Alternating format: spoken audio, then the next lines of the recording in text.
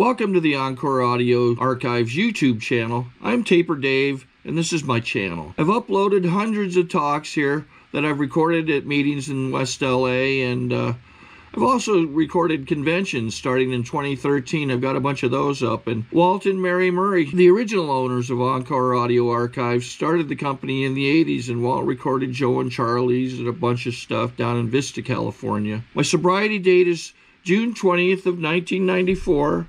I hope you find something you like, so please like and subscribe to my channel and comment down below.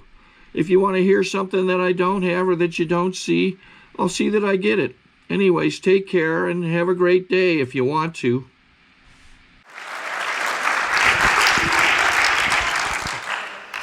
Good morning, I'm Bob ZETS. I'm an alcoholic. And my home group is the Pacific Group in West Los Angeles, California. And my sobriety date's January the 21st, 1976. And I'm happy to be here. I don't know, is everybody awake? I'm still on California time, I'm just getting up. But I'm really excited about being here. I want to thank the committee for inviting my wife and I, and they allowed us to bring our grandson, our little kind of Alateen grandson who lives with us. And of course he's still sleeping, naturally. But we're having so far we got in late last night, haven't had a chance to look at the facility as the gentleman previously was saying. I'm anxious to do that. And you know, it's, I was thinking last night actually when we drove into this place that on that fateful day in 1974 when I was forced to make a free decision and come to Alcoholics Anonymous, I never ever thought it would end like this. I thought my life was over. And actually my life was over, that life. But I had no idea that what would happen to me in my life and what's happened to my wife and myself and our family and what's, you know, the things that have transpired. It's beyond belief. I wanted to say something about if there's anybody out there like me that, I mean, when I got here, I had a lot of baggage. I had a lot of stuff going on. I'll get into that a little bit. But I was thinking that actually last night, even thinking about this talk, that you know, so many years I'd hear speakers. You know, I've been a very active member of Alcoholics Anonymous for a long time, and I've gone to a lot of conferences, heard a lot of speakers, have heard a lot of things, and for years and years and years, especially like Chuck Chamberlain when he used to talk about this smooth life that he had, you know, and I always hear people talk about how things they were comfortable with everything, and my life was never comfortable. My life was just a hassle from day one, it seemed like, until I way into Alcoholics Anonymous. And I thought, you know, is that ever going to happen for me? You know, when am I going to get mine? I used to think about that all the time. I'd hear these guys talk about they had these great marriages and they got along with their wives and that wasn't a problem. Not me.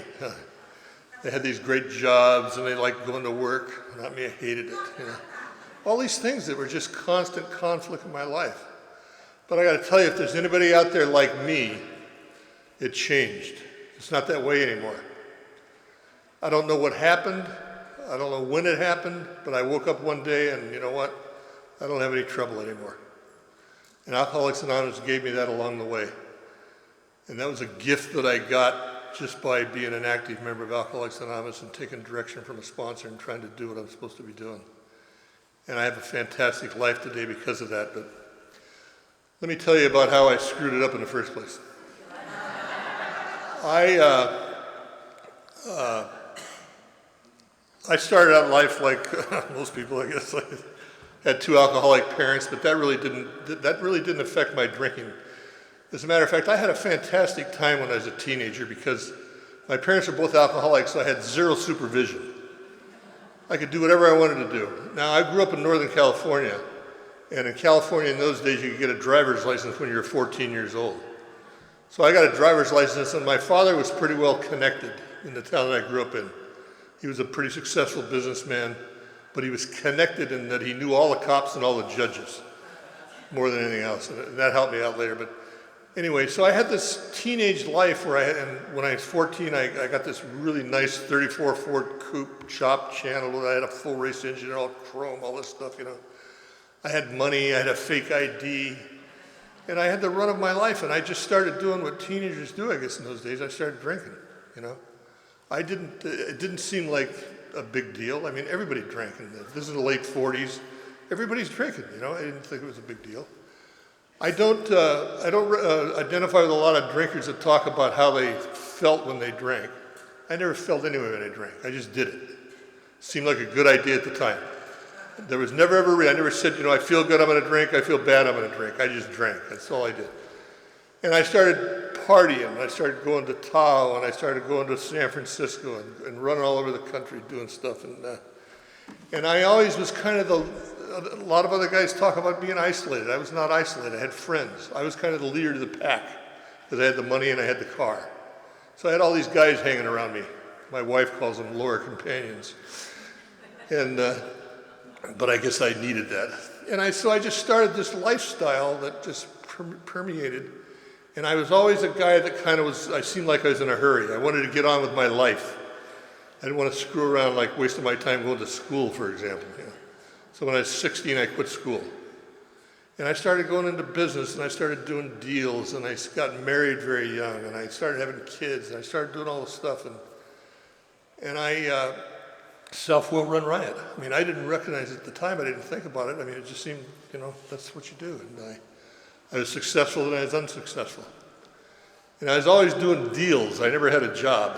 In fact, the first job I ever had in my life was when I moved to Los Angeles in 1980. And so, you know, deals, regardless of whether they're good deals or bad deals, are not permanent. They're always temporary. So I had this life, this roller coaster life, and I had these 3 kids, and I had this wife that didn't understand me, and it was just constant conflict, and I couldn't figure out what the hell's going on. I'm doing the best I can, you know. And I finally figured out, after being in Alcoholics Anonymous a while, why I drank, and I know why I drank now. I drank because when I drink, I don't have to live up to the consequences of my actions.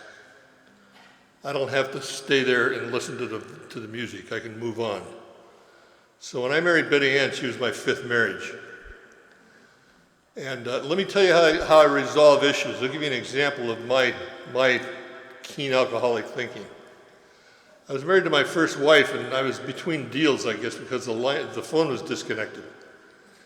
And she asked me to go to the phone booth and call work for her and tell them that she had the flu, because she had a hangover, actually. And I'm in Sacramento, California now, if anybody knows where that is, in Northern California. So I'm driving to the phone booth and I'm thinking, you know what? I don't need to do this. I didn't go to the phone booth. I went to Las Vegas. And I stayed there for a year. And she divorced me while I was gone, if you can believe it. And that made perfect sense to me.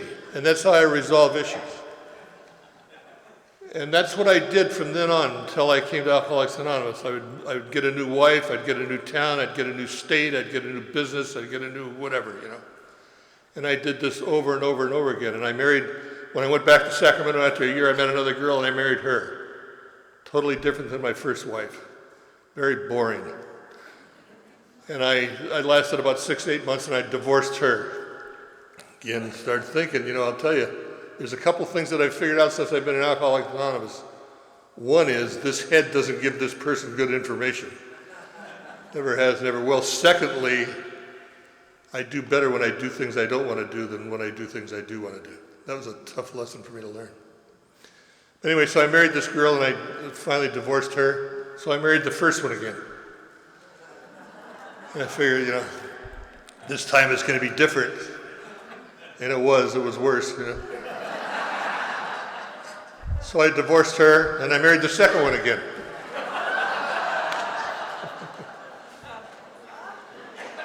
And, you know, my Al-Anon wife likes me to tell this story. I'm really actually embarrassed to tell it, but she's here, so I'll do it for her. During this time when I was going back and forth between these 2 wives, they both decided to commit suicide at the same time. No, they didn't succeed.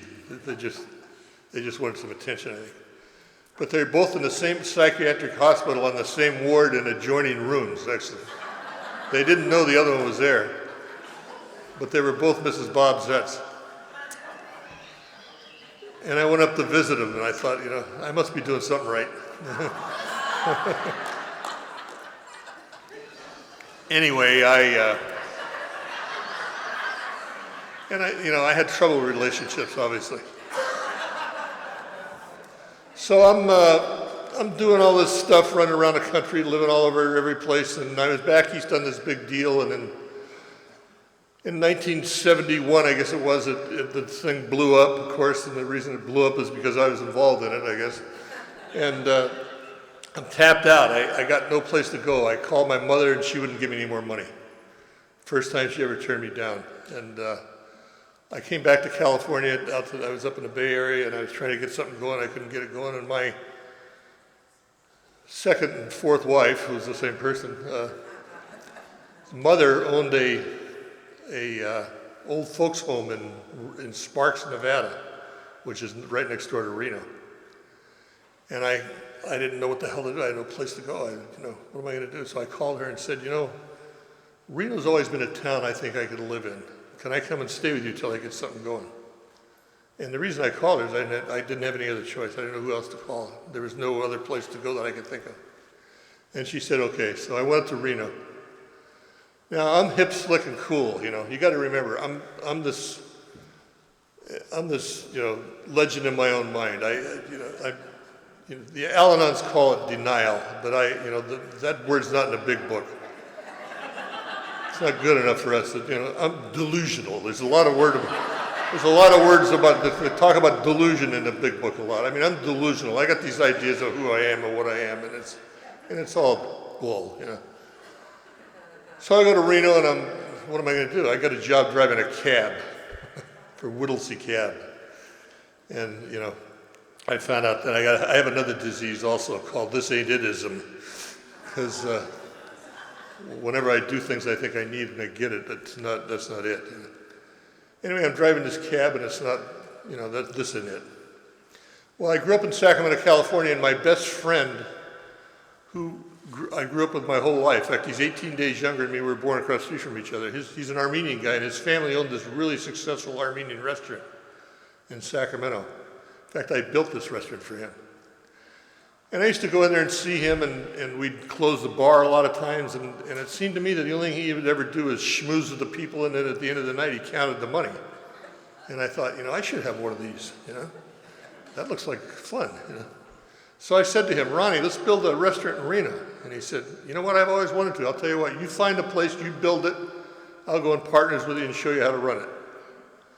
And I said, okay, what an order, I can go through it. Now I'm working as a cab driver, making $100 a week. And I'll tell you, I put my thinking head on, and I put together the money, and I found this spot, and I built this gorgeous my wife calls it 5-star, I don't think there is a 5-star. Is there? Okay, 5-star restaurant. But it was a beautiful dining house and cocktail lounge, one of the nicest spots in Reno. It really was, really a beautiful restaurant. And I thought, this time I'm going to do it right. This time I'm going to be part of the community. I'm going to pay my bills. I'm going to be a good citizen. I'm going to do the whole thing. I mean, this is my opportunity. I'm getting older. I'm almost 40 years old now. I mean, I need to get my life together and grow up. And I really had these, feelings that this is my chance. Of course, I'm an alcoholic. I screw up everything I touch. That's just the way it is, I screwed up my kids, I screwed up my marriages, I screwed up every business I was ever in. I just screw up everything up because I'm a self-centered, egotistical alcoholic, and my mottos are "Ray for me and screw you." That's just the way it is. Don't ask me why, I don't know. I don't know why I'm that way, but that's the way I am. Anyway, so I get this restaurant ready to open, and I'm stocking the bar this one time. I'm putting all the booze away in the bar, and we have this huge wine list. We got like 1,000 wines on the wine list, a big wall of wine racks. I mean, really nice. And of course, when you're putting booze away, you got to sample it. So I sample this booze, and about 2 weeks before the place is open, I'm driving back to Sparks, and I get stopped for drunk driving. And I thought, oh, Jesus, this is not good for my image. But you know what? I've driven drunk 15 million times. I mean, I'm due. And I used to get stopped in Sacramento all the time for drunk driving. And the cop would look at my license and say, "You related to Matt ZETS?" "Yeah, he's my father." "Okay, get in the car, I'll take you home." I'll give you an example how much I got away with. One night it was Armed Forces Day during the Korean War. They had a big parade in Sacramento. And about 3 in the morning, I'm driving down Broadway in Sacramento, and where the parade route was, and I hit a parked tank that they'd left there from the parade. And I hit this tank, and I bounce off, but I can't go, my car won't move, so the cop's right behind me. Looks at my license, related to Matt ZETS? "Yeah, okay. Put a note on the tank." He made me write a note, put it on the tank, that I hit it. Never heard from him, actually. That was my total military service, by the way. Anyway, so I figured, you know what, I'm due, no big deal. Pay the fine, that'll be the end of it. Anyway, so this guy that became a customer of ours was an attorney. Became a good customer in the restaurant. We opened the restaurant, and this guy, I knew the guy a little bit, but then he started coming in the restaurant all the time, and he was an attorney. He owned a casino in Sparks, right next to John Squaga's Nugget. And on the ground floor, he had a casino, and behind the casino, he had a bar, cocktail lounge with live music and live girls. And I used to go in there once in a while, and on the second floor was his law offices. So I'm going home one night from the restaurant. The restaurant's been open now about 2-3 weeks, and we're doing great. Business is fantastic. And I'm, of course, drunk. And I stop by this place to go into this bar, see what's happening in the lounge there. And I come out of the bar, and there's a cop standing by my car. I'm parked out in front, and he says, "Is this your car?" "Yeah." Were you driving on the freeway? I said, "I just got a report of a blue Cadillac driving the wrong way on a freeway. Was that you?" And I said, "No, I've been in here for about 3 hours."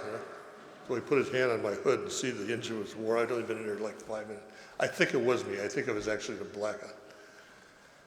And now I'm so drunk I can hardly walk. The guy is standing there. Again, this keen alcoholic mind kicks in, You don't hear that statement in Al-Anon, by the way. And I walk around the car and get in the car and drive off. And of course, I go about 50 feet and he stops me and I get nailed again for drunk driving. Now, I hadn't even been to court on the first one yet. And so now I'm thinking, what am I going to do? I got to get an attorney, man. I got to get a hotshot attorney. Well, this guy was a pretty hotshot attorney. So I used to tell my wife, I got to stop by after I close the restaurant and talk to my attorney about my case at 2 in the morning, And I was going in this bar in the back there. And I was in there one night, and there was this really hot-looking cocktail waitress. And our eyes met, and we fell into immediate lust. She had on hot pants. And I had hot pants. And one thing led to another, and last June we celebrated 36 years of marriage.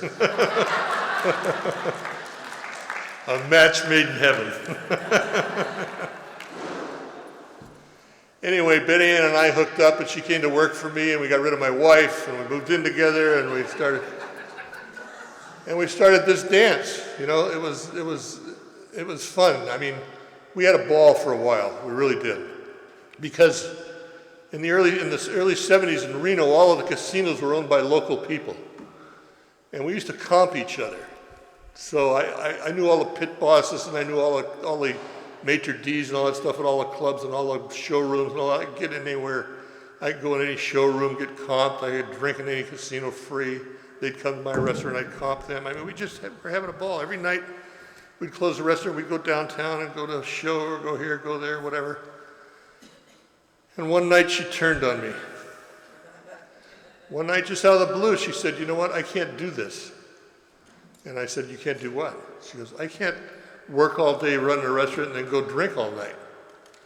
She said, I can't do it. I said, "Well, don't, go home. I mean, I know how to do it. I mean, I don't need you to show me." So she started going home, and I started doing what I always continued to do. And that's one of the things I don't understand about Al-Anon. Now, she was a pre-Al-Anon at the time. Of course, you don't know it, but I don't understand why they're so concerned about what somebody else is doing. It doesn't compute to me, Because when I was down there in those casinos and she's home and she's calling Whittlesey Cab saying, where have you gone? Because I didn't have a driver's license. They're taking me. Not one time did I ever think, I wonder what Betty Ann's doing. Thought never crossed my mind, not once. Yeah. And she's chasing me all over Reno like a mad dog. I mean, it was unbelievable. I'd be in a casino playing blackjack or something. She'd come in and just clear the table and get out of here. Knock the chips all over, they'd haul her out. I mean, it was crazy. You know? We were together 13 months and married 3 months when she finally got to the end. She took her 13 months to get over me. That's all the drinking, all my drinking she could stand was 13 months. Anyway, I continued on. I mean, I did doing what I was ever doing, you know, what I was always doing. I mean, I'd never been in this kind of a situation before where I had a crazy woman doing what she was doing, you know. And it was getting real hectic. And so one Saturday morning on January the 20th, 1974, I got home about 9 or 10 in the morning, I guess. Not unusual. What was unusual was that I had the car the night before. I didn't have a driver's license. I don't know how I got the car, but I lost the car, I know. And I didn't know where the hell it was. And anyway, I finally got home and I went in the room, finally got into the house, and she looked at me and she said, I'm not doing this anymore. She said, I'm going to take you for everything you ever had, everything you ever thought I have, if you don't stop drinking. I've called Al-Anon to do something about my life. Either you do something about yours or it's over. She goes, I love you and I want to be married to you, but I'm not going to live this way anymore. And I knew there was something different about her this time. I thought, Jesus, I better, you know, there's something going on here. And I thought, you know, this would really not be a good time for another divorce. So, okay, what do you want me to do? Just, you know, I figured get the heat off because Betty Ann was the type of person at that time, she'd tried everything. She'd been to the doctor, she'd been to the palm reader, she'd been to the astrologist, she bought a sexy outfit from Fredericks to Hollywood to keep me home, you know. She'd done all these things and they wouldn't work, so she'd give up, and I figured she'll go to Al-Anon for a couple of weeks. She'll get over that, and that'll be the end of that, and get back to life. Now, I didn't come to Alcoholics Anonymous because my life was over as far as I was concerned. That I had a problem. I never even thought about cutting down, let alone stopping. I had a crazy wife, that's all I had, you know, who just didn't understand me, and all these other people didn't understand me. I had no desire to stop drinking, you know. But I said, I got to get the heat off, so, okay, I'll do it. So she dialed the phone for Alcoholics Anonymous, and the line was busy. Finally got through, and a lady talked to me and said, can you come to a meeting tonight? And I said, well, I'd like to, but I've got a previous commitment. I got to go see Liberace, but I'll catch you some other time, you know. I mean, I was really motivated, yeah. And so she said, well, there's one tomorrow night. So Betty Ann and I went to my first Alcoholics Anonymous meeting the next night at the VA hospital in Reno, Nevada on a Sunday night, and I was not impressed, I got to tell you. And the next night, now, you got to remember, I'm hip, sick, and cool. I got this delusion of me. My delusion of me is that I'm a suave, debonair, successful businessman, you know. And, you know, that's one thing about alcoholism, that if you're an alcoholic like me, that you can put on that illusion, I think, because I was getting away with it in my head. I really wasn't getting away with it. The fact of the matter is that my wife was divorcing me. My business was going down the tube. I owed everybody in town money. I was on COD with every supplier I had. I even to the point where they wouldn't even accept my checks anymore. I had to pay them cash. I had about $65,000 worth of hot checks out at casinos. I had a little check kiting thing going. I had all these monumental problems, but in my head, I'm this suave, debonair, successful businessman, you know. And you know, the funny thing about it is that if you didn't know me, and you didn't know Betty Ann, if you'd have looked at us in those days and said, you know, there's a really nice young couple. They got this nice business, they got a nice house, they live in the right neighborhood, they drive the right car, they know all the right people. That's what we were, but it was a big sham. It was all smoke and mirrors like my entire life. But I held that, but I was getting away with that illusion. I had all these balls in the air, and I didn't realize how tired I was getting about juggling those balls until they all came crashing down. And you know, there's a lot of alcoholics that do that, that can get away with that. And for a long time, and I did it for a long time. And I'll tell you, it got very tiring. But when you're in the middle of something like that, it becomes normal, I think, you know. And I didn't know any other way to live at the time. So I went to the Sunday meeting, and Monday I went to the class meeting of Reno called the Puke on the Shoes group. And coming back to the restaurant that night, Betty Ann went to her first Al-Anon meeting. Coming back to the restaurant that night, I told her, I said, you know what, I don't think I can do this AA thing. It's just too kooky for me. And she said, well, you made a commitment to your brother. My brother got sober in 1960. And we're very close. And he talked to me and said, you know, why don't you just go try it for 60 days? And you say 90 days. He said, make a commitment to me, you'll try it for 60 days. So she said, you know, you promised your brother you'd go for 60 days. And I said, all right. So the next afternoon, I went to the Alano Club in Sparks, Nevada, and the miracle of Alcoholics Anonymous began to happen for me. And what happened was I was standing against the wall. A guy came over to me and said, are you okay? And I said, why? He said, man, you look terrible. I said, I do. He said, you look like you're going to fly apart. I'm dressed like I'm dressed now. I'm in a nice suit. You know. I said, I do? He said, you look rough, man. Anyway, he introduced himself. My name's Bill Reeder. And he kind of took me under his wing. And he got me involved in Alcoholics Anonymous. His wife was an Al-Anon. We became very close. In fact, about 3 weeks later, the Las Vegas Roundup in 1974 was going on at the I forget where it was, at the Stardust Hotel in Reno. And he talked us into going to it. I didn't have 5 cents to my name. But somehow or another, we put together the money, and I went to my first convention. I was 13 days sober, something like that.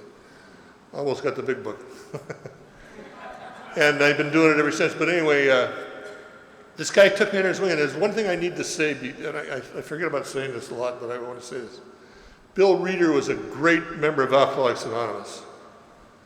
And he helped a lot of people, including me. And he got me involved and started in Alcoholics Anonymous. I didn't ask him to be my sponsor. I don't know why. It never came up in 1974 in Reno. Don't ask me why, I have no idea. And he used to 12-step all kinds of people. But 3 years after I came to Alcoholics Anonymous, he died drunk. And he died drunk because he quit doing the things that kept him sober. And he got into a different spiritual plane of some kind, I don't know what.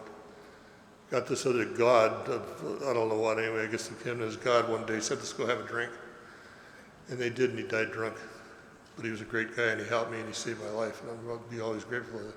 You know, that's kind of the story of Alcoholics Anonymous. So if you look out over the years of the people, I mean, like what happened with Ebby and Bill even, you know, although he didn't die drunk, but it's an amazing thing how one person gets it and does these things, and then for some reason they just fall off the cliff. So anyway, I started getting involved in Alcoholics Anonymous, and I got to where I really liked AA. I liked the fellowship of Alcoholics Anonymous. But again, I got this brain that doesn't give me good information.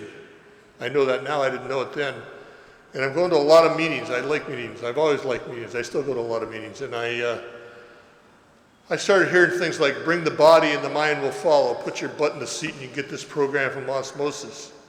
And I'm thinking, hey, I'm doing everything everybody else is doing. I'm going to all these meetings. I'm doing a lot of them. I'm making food for the parties at the Alano Club. I'm doing all this stuff. And my life is just falling apart piece by piece. My head is just doing tricks on me. I'm just, you know, I can't get my life and my act together. I mean, it's got one catastrophe after another. I couldn't figure out what the hell is going on. And so again, I'm thinking, you know, when I was drinking, I never felt this way. You know, I guess booze would turn my head off. So I said, you know, I got to have a drink, man. And so I got to where I wanted to drink and didn't want to drink all the time. In January of 1976, I just couldn't take it anymore, and I knew my head was going to blow off, so I went out and I drank. I went out on a Tuesday night. One night, it was a night I didn't have a meeting, so I didn't even miss a meeting. I went out and I got drunk, and it didn't turn my head off at all. I got so drunk I couldn't walk and I couldn't talk, but my head is as clear as it is right now. I just did nothing for me. And I thought, man, I'm screwed. And my wife, through a guy I sponsored, came over and she made him take me out of the house, and I made him take me to a bar. And I said, buy me a drink. And he said, I don't think I'm supposed to do that. I said, I'm your sponsor, dude, I should tell you. So he bought me a drink, and I started to drink this drink, and I couldn't drink it. I couldn't swallow it. And I guess I had my moment of clarity. I guess I had that moment where God taps you on the shoulder and says, you know what? I'm going to give you an opportunity to do something about your life. And I think a lot of people, I don't know of anybody in Alcoholics Anonymous who got sober and stayed sober that didn't have a moment of clarity. Unfortunately, I think there's a lot of people that have the moment of clarity and they miss it. Thank God so far I haven't missed it. But it became very clear to me that instant, that day, January 21st, 1976. I was walking home from this bar. It was about a mile to my house. It was cold. It was snowing a little bit in Reno, and I just knew I'm an alcoholic. If you drink like me and you want to have any kind of a life, you can't drink. And the only way I'm going to not drink is I got to go to Alcoholics Anonymous. I'm going to probably even have to get a sponsor and even try the steps. And I'll live miserably ever after, and I will never have fun again. I knew my life was over. But you know what? I was okay with it. I accepted it because I didn't want to drink anymore. I was done. I don't know what happened. And it was removed like that, and it's never come back. There's never been a time since that moment that I've ever considered having a drink. I've had a lot of good things happen to me and a lot of bad things happen to me since then. But the alcohol was gone. And I'll tell you something else that went that day too, and I don't know why that happened. Gambling went. Because I was a ferocious gambler. I wasn't a gambler, I was a lever of money in casinos. And that went. That bores the hell out of me too. So I don't know what happened, but God tapped me on the shoulder, and I'm grateful for that. So I started this journey, and I got a sponsor, and I started doing the stuff, and I had a rough time, man. I had a really tough time for a long time in Alcoholics Anonymous. And I'm trying to work, and oh, by the way, when I got sober for the final time, we had a new baby, 3-month-old son. When I started going with Betty Ann, I told her I was sterile, because the doctors actually told me I was sterile. But when I got sober, she started getting pregnant, So we started having kids. So we had this new son, and I didn't want to screw up another family. Because, my first kids I was a terrible father for my first 3 kids that I had with my first wife. Because I was the kind of father that if I was making money, I'd show up and give them all kinds of stuff, and I'd take them on trips, I'd fly them here, fly them there. I gave my kid a car one year for Christmas. He was 5 years old. I mean, stupid stuff, Then I'd disappear for a couple of years, and they wouldn't even know where I was at, I was there one time, I remember with my first wife, I showed up after a couple of years, and she said, when you go on your little runners like this and you disappear, these kids still got to eat, they still got to have a bedroom to sleep in, It'd be nice if you thought about that once in a while. And my only thought was, you selfish bitch. That was my attitude. But anyway, so I didn't want to screw that up again. And then, so I had this new son, and then, so I got sober, and then, of course, Betty Ann got pregnant. And we had twin girls. And I was about a year and a half sober. Things were getting a little better. I was working the steps. I was going through a real difficult period of acceptance. For me to accept something, I gotta either like it or I gotta approve of it a little bit. And Betty Ann went in to feed the babies one morning, and she picked up one of the babies, and the baby was dead. Died of SIDS, of crib death. And I couldn't believe it. God, what have you done to me now, man? I was really upset with God, who I didn't understand, of course. And I had a very, very difficult time with that, but you got to accept something like that. Even though it's unacceptable, you got to accept it. And Alcoholics Anonymous and Al-Anon worked us through that, and we lived through that. And we got going, and then my deal in Reno blew up again, and so I went to Texas on a deal, And we were in Texas about 3 years, and that thing blew up. And at the International Convention in New Orleans, I met some people from California, and one of the guys that I met was an architect. And he said, they're doing a lot of commercial construction in Southern California. Why don't you come out and take a look? He said, I think you could probably get something going out there. So I came out to California, and I got a job building high-rises in Century City, California. And I got the first job I ever had in my life. The first time I ever had a job where you just go get a paycheck, and at the end of the week they hand you a check, and there's no deal involved. There's no, if you do this, you get extra, or some of the, just a check, And again, I'm thinking, okay, this time I'm not going to screw it up. I'm going to bring my family out here. I'm going to pay my bills. I'm going to be a good citizen. I'm going to do all the right things, da-da-da-da-da-da. And after about 3 weeks of working at this job, I'm telling you, my head kicked in again, and I thought, what the hell am I doing here? These guys don't know what they're doing. They don't know how to run a business. You know, they've been in business for 50 years, of course, and they're successful, but, you know, hip, slick, cool, and me, I got all the answers, and I'm miserable. Well, right about that time, I was having a real difficult time with Alcoholics Anonymous. I didn't like the meetings. They didn't treat me right. You know, they didn't say hello to me when I didn't say, you all come back, like they do in Texas. And I'm not going to meetings, and I'm sitting at home one Thursday night. This will give you an example of Al-Anon love and tolerance. I'm sitting home one Thursday night, and there was a meeting in Thousand Oaks that I used to go to, which I hated. And my wife says, you going to the meeting? And I said, yeah, I'm going to go. So pretty soon she goes, you know, it's 7:45, you better get going. It starts at 8. Okay. Yeah, I'm going to go. About 5 to 8, she goes, you going to go to the meeting? Yeah, I'm going to go. About 3 minutes to 8, a flower pot went flying right past my head. And she said, listen, you SOB, you're an admitted alcoholic, and either you go to AA or you ain't living here. So you better get your butt out and find some place you'll enjoy going to, because if you don't go to meetings, you don't live here. With love, she did it. Yeah. And I've been a great believer since that time that if you make an effort to get what you need in Alcoholics Anonymous, it'll be given to you, because the next day I went to the San Fernando Valley Convention in 1981, and I was standing in the line. I was on my way out of AA. And a guy registering right before me was a guy by the name of Albert Myers, who lived in Dallas, a guy that I knew from Dallas. Al's dead now, so I can use his name. And I said, Al, what are you doing here? You know. Anyway, we talked, and I told him what was going on with me. And he said, you know, there's a guy here I want you to meet. In fact, I'm staying with him. And if you get hooked up with him, I think you'll be fine. Anyway, he said, he's speaking tomorrow afternoon. Let's go listen to him. I'll introduce you to him. So I went and I met him, and I met Keith Carpenter, who became my sponsor. Who was my sponsor till he died 4.5 years ago. And I got hooked up in the Pacific Group. I mean, I didn't know anything about the Pacific Group, really. I knew about Clancy because the group that I went to in Dallas, their claim to fame was that Clancy used to steal money out of the box there when he used to go to meetings there. He used to come and speak there once a year. I always kid him about that. So, I mean, I didn't know anything about the Pacific Group, but I'm 5 years sober, and Keith said, well, let's meet Tuesday night and we'll talk about it. Have dinner and talk about it. So I went and met him Tuesday night, and he said, okay, here's what I do. You know, I'll be happy to sponsor, but here's what I want you to do. And he laid it out, and I'm thinking, Jesus, this guy nuts or what? Yeah. And for some reason or another, my mouth said, okay, you know.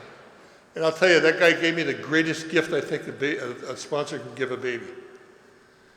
He showed me how to be a active, enthusiastic member of Alcoholics Anonymous. He didn't tell me how to do it, he showed me how to do it. And I just hooked onto his wagon. I didn't even have to think about it anymore. I just jumped in the stream with all of other people in the Pacific Group, and I floated down the stream, and I was drugged into action in Alcoholics Anonymous, and my life began to change, slowly but surely. In fact, I've been in the Pacific Group now 30 years, and I finally arrived. I got on the coffee crew, finally. Now, that's kind of the Supreme Court of Alcoholics Anonymous in the Pacific Group, because it's the only commitment that never changes. It's a lifetime commitment. And we probably got more sobriety in that coffee group and on that coffee crew than most groups. You know, I imagine there's probably 500 years of sobriety in that coffee crew. And so now I get to make coffee after 30 years. And but it's a great group, and I'm happy for that. And Betty Ann got Sally, Keith's wife, for her sponsor, and we started this journey. And things slowly began to change, and our kids started growing up, and our other daughter started acting weird when the surviving daughter, when she was about 16, she went out, and we had to throw her out of the house. We had to get rid of her, and I'm sorry to say that as I stand here this morning, she's still out there. She's 34 years old now, and she's still been trying to figure it out. She called last week and said she thinks she wants to do something about herself. I gave her some phone numbers and said, hey, a lot of people would like to hear from you. Call them. And I can't do anything about it. You know, and I mentioned that my life began to change, and I think one of the things that changed for me is that about 10 or 12 years ago, I guess it was, I ran across a line in a little paragraph, a couple of paragraphs in a big book. I'm sure I'd seen it before, but I'd never really identified with it that much. And what it said is that there's two laws. You know, the first law is, there's two sins. The first sin is to interfere with the growth of another human being, and the second sin is to interfere with your own growth. And there's one law, and the law is love. And I really kind of took that to heart. I said, you know, that's what I'm doing, man. I'm interfering with the lives of a lot of other people, including my kids, my wife. And, you know, when I do that, it affects I'm interfering with my own growth. And I kind of had a little change of attitude about what's going on with my sobriety, with my life, and what I should be doing in Alcoholics Anonymous. And I always think about, I remember the late Jim Williams from Texas, who became a really good friend of mine when I lived in Dallas. He used to tell us all the time, you know, they need to be told, but not by you. I think that's the best advice I ever got. And I was doing all that. I was trying to run people's lives, and I was forcing my will. And my sponsor always said, you know, you can't force your will on other people.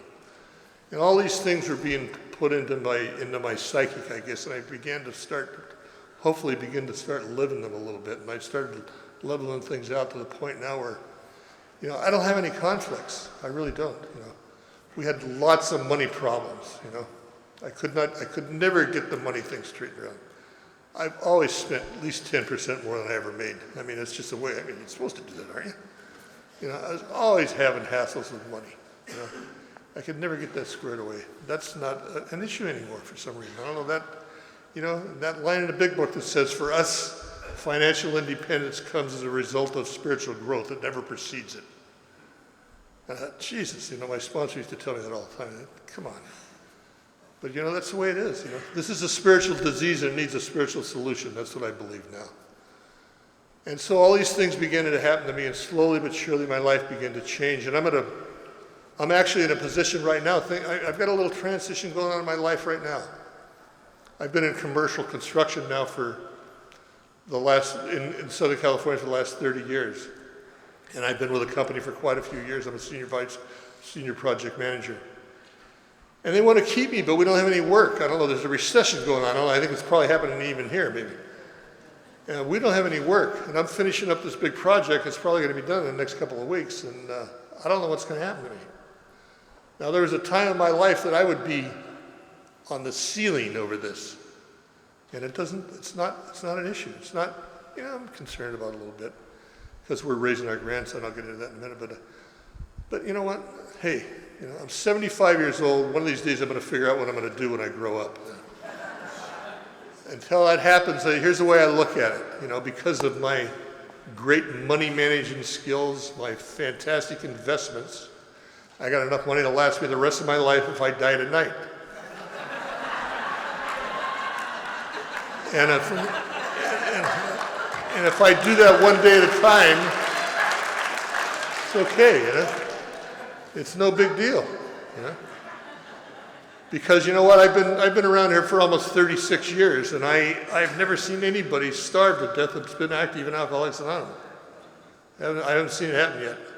Sorry to interrupt your viewing. Taper Dave here. Just wanted to take a second to ask you to like and subscribe to my channel. Let me know if you like what you're listening. I've got some very good talks here, and this one's a great one. Just curious, do you think this is better than Zoom? Tell me what you think. So I don't think my higher power brought me this far to drop me on my head. Let me tell you a little bit about my family, what's going on with that. I got a bunch of kids. Betty Ann had 3 kids. I had 3 kids. We had 3 kids. And this mixed conglomerate of things. I told you about my one daughter. She's still out there. Hopefully she'll get sober one of these days. Our son married this girl.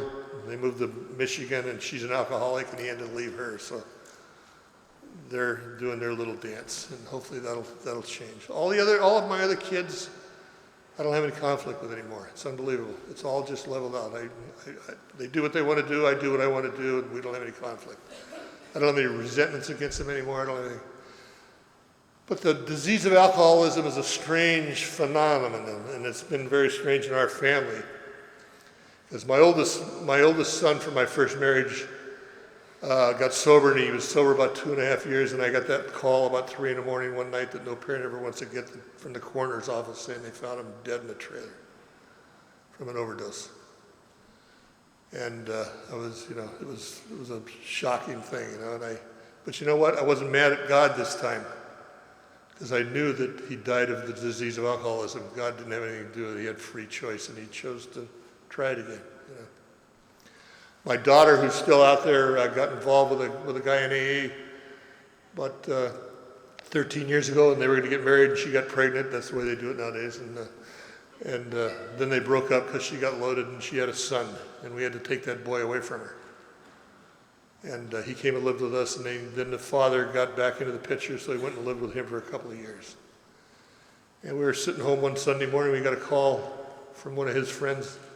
He OD'd and died after 8 years of sobriety, the father. So the boy was with us that weekend, and so he's been with us ever since. In fact, he's sleeping in it. He's with us this weekend. Great kid. I don't know where this kid came from, but he's a great kid. We've got him in private school, and he's doing fantastic. And he broke his arm the week before school was out, playing football in the gym, and he just got the cast off Monday. So he's hopefully out there swimming. But he's a fantastic kid. Then a couple of years ago, we went I'm Croatian, and I have a family that lives on this island in Croatia in the Adriatic Sea. So we went to Croatia to visit our family, and I got a call about 3 in the morning from in Croatia that I have a 23-year-old grandson named OD'd and died. My son who died, his youngest son. And let me tell you about what's strange about that is because he has an older brother. And that older brother has been living with my wife and I for the last 1.5 years. He just got out of the Marines about 1.5 years ago. He was a captain in the Marines. Went to college, went into the Marines, became a captain. As a matter of fact, I talked him into going back into the reserves when he came and stayed with us. He married this Brazilian girl, beautiful little girl, and they've been living with us for about 1.5 years. He just started law school last week in San Diego, so they moved out. But he's being, I talked him into going back into the reserves, and he's being promoted to the company commander this weekend. Actually, they're having a big ceremony at Port Hueneme Naval Station Saturday, I guess. Tomorrow, this Saturday. Of course, we're not going to be there, but. So 2 kids from the exact same environment, the exact same parents, one ODs and dies, one becomes a captain in the Marines and now going to law school. How do you figure it, About 1 year ago, I got my daughter who lives in Reno had 2 sons. I got a call from her. Her oldest son OD'd and died. Same thing. He's got a brother. I went about 6 months ago to Reno to the University of Nevada and watched him graduate with honors from the University of Nevada. 2 kids, exact same environment. One OD'd and died. One graduates with honors from the University of Nevada. I don't get it, I don't know why some scumbag like me gets it, and these kind of people, I don't understand it. I don't know what it is.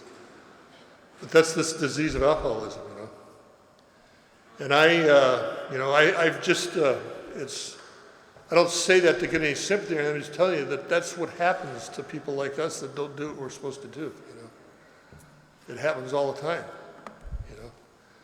And it's a sad affair, and I think about my daughter out there all the time, And she's a girl, I'm thinking, what the hell is she up to? But I gotta wipe that out of my mind. I gotta stay busy. I gotta go to meetings. I gotta work with the people I sponsor. I gotta talk to my sponsor. I gotta do all the stuff I've been taught to do here. I got to be consistent. My sponsor used to hammer in my head all the time, you need to be consistent. And that's what I try to be, I try to be consistent. My life today is unbelievable, I have a fantastic marriage, in my opinion. If you're around Saturday, you can go hear my wife and hear her side of it, see if she feels the same way. But I'll tell you why my marriage is fantastic is because it's effortless. I don't have to put any effort in it anymore, We're not supposed to have expectations, I guess, but I do have expectations about my marriage. I really do. There's certain things in life that I have expectations about. I have expectations about what meeting I'm going to go to. I have expectations about what my sponsor's going to tell me to do and what I'm going to do about that. I have expectations about what my wife's going to do and not going to do. There's certain things that I have expectations about. is there's certain things that are set in concrete as far as I'm concerned. Certain things I don't do and certain things I do, and that's just the way it is. And because of that, I have a great life today. I don't believe that I've changed that much. I think I'm the same idiot that I was when I got here. I'll tell you what's changed, those the circumstances of my life have changed. Because I don't do the things I used to do to have to do the things that I used to have to do those things. You know, I don't have to lie and cheat anymore. And I never had a feeling of remorse or guilt. I remember when I was new, I was in a meeting when I was about 3 months sober, and the subject was guilt, and I had a tinge of guilt for the first time in my life. And what it was is that I felt guilty that I'd never felt guilty. And I'm serious as I'm standing here when I say that. Because I was always under the impression that, you know, my case is different, you don't understand. I wouldn't lie to you if you didn't ask me stupid questions like where you've been for the last 3 days. When I tell you, oh, I picked up a girl and I went to Tahoe for 3 days. I mean, you don't ask a stupid question, I won't have to lie to you. That's the way I lived my life, you know. And I didn't steal money because I wanted to, I steal it because I had to, you know. All of those things, I don't need to live that way anymore, you know. So the circumstances of my life have changed, and as a result of that, my life has changed. So I don't have any problem answering the phone. I don't have any problem having a listed phone number. I don't have any problem getting mail and open letters and all that stuff. I'm not running from anybody, and I'm not chasing anything. And it was a long, long, hard struggle getting here, but I'll tell you something, it was worth every step of it. So if any of you out there are having the same kind of problems I had, I just got to tell you, hang in there. And if you stay active, and if you do what your sponsor tells you to do, and if you're an active member of Alcoholics Anonymous and you do all the stuff, you sponsor people, you have a sponsor, you have a home group, you have commitments, you do the things. If you're anything like me, your life will probably change too. I'm gonna leave you with a little line that my wife always says, because I want to honor my late sponsor, Keith Carpenter, because he was the guy that really changed my life. He really did. When Keith died, I didn't know what to do, you know. I was lost. We were very close. And so I did what I've done over the years. A lot of times I went down and saw Clancy, who was his sponsor, and I asked Clancy, what do I do? You know how close Keith and I were. And he said, you know what to do. Do what you've been doing. And I said, well, what am I going to do for a sponsor? He said, well, call me every day. So I started calling every day, and it just worked out. I finally just asked him to be my sponsor, and it's worked fine, you know. He's not Keith, he's Clancy, but he's a great guy, and he's always there for me. And when I need something, he always gives it to me. And, you know, it's a transition. Life is just changes, you know. But Keith had this printed on his card. It said, Dear God, help me to accept the seemingly bad as well as the good, which is necessary for my growth. And, you know, that's what's happened to me in my life. All of these things that have happened to me over the years, in and out of Alcoholics Anonymous, that I thought were bad for me, were necessary for my growth. I know that now. I look back over all the things that I thought, you know, you want me to do that? You know, are you crazy? And I did it, and it made the biggest change of all. The only time that I ever had a problem with anything is when I would refuse to do something, or when I thought it. As long as I take this attitude that, you know, this head don't give me good information, I need direction. Because I don't know what's good for me. I know that. I know that as sure as I'm standing here. I need a sponsor. I need the love and support of all the people in Alcoholics Anonymous. I need my friends. I need the people that I love and support me in Al-Anon. I need the whole thing. And I don't want to give up anything, because it may be the thing that's going to change, you know. So I still try to do it all, and I hope I never stop, because I love Alcoholics Anonymous. I love Al-Anon. I love all you, and thank you.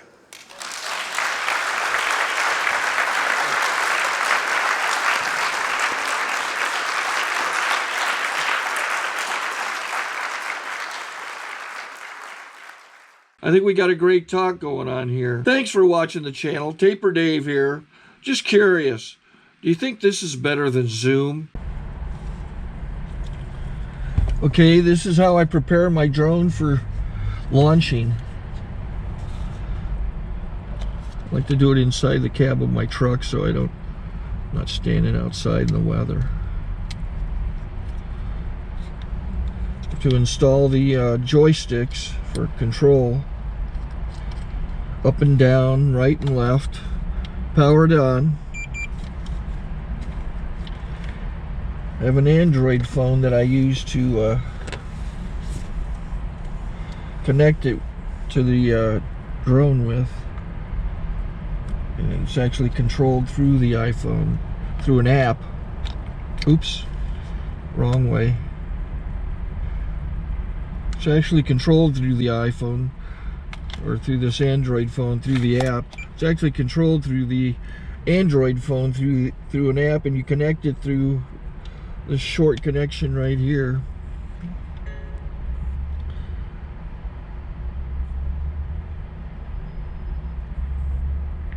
Remote control connected. Remote control's connected. So I pull out the drone. I have to extend the legs.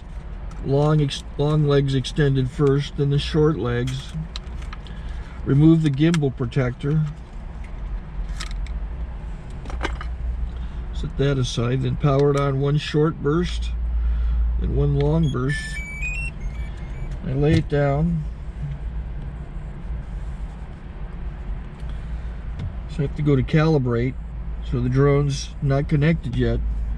It shows you here as this drone gets disconnected, even though the remote's powered on. So the drone has to establish it's connected.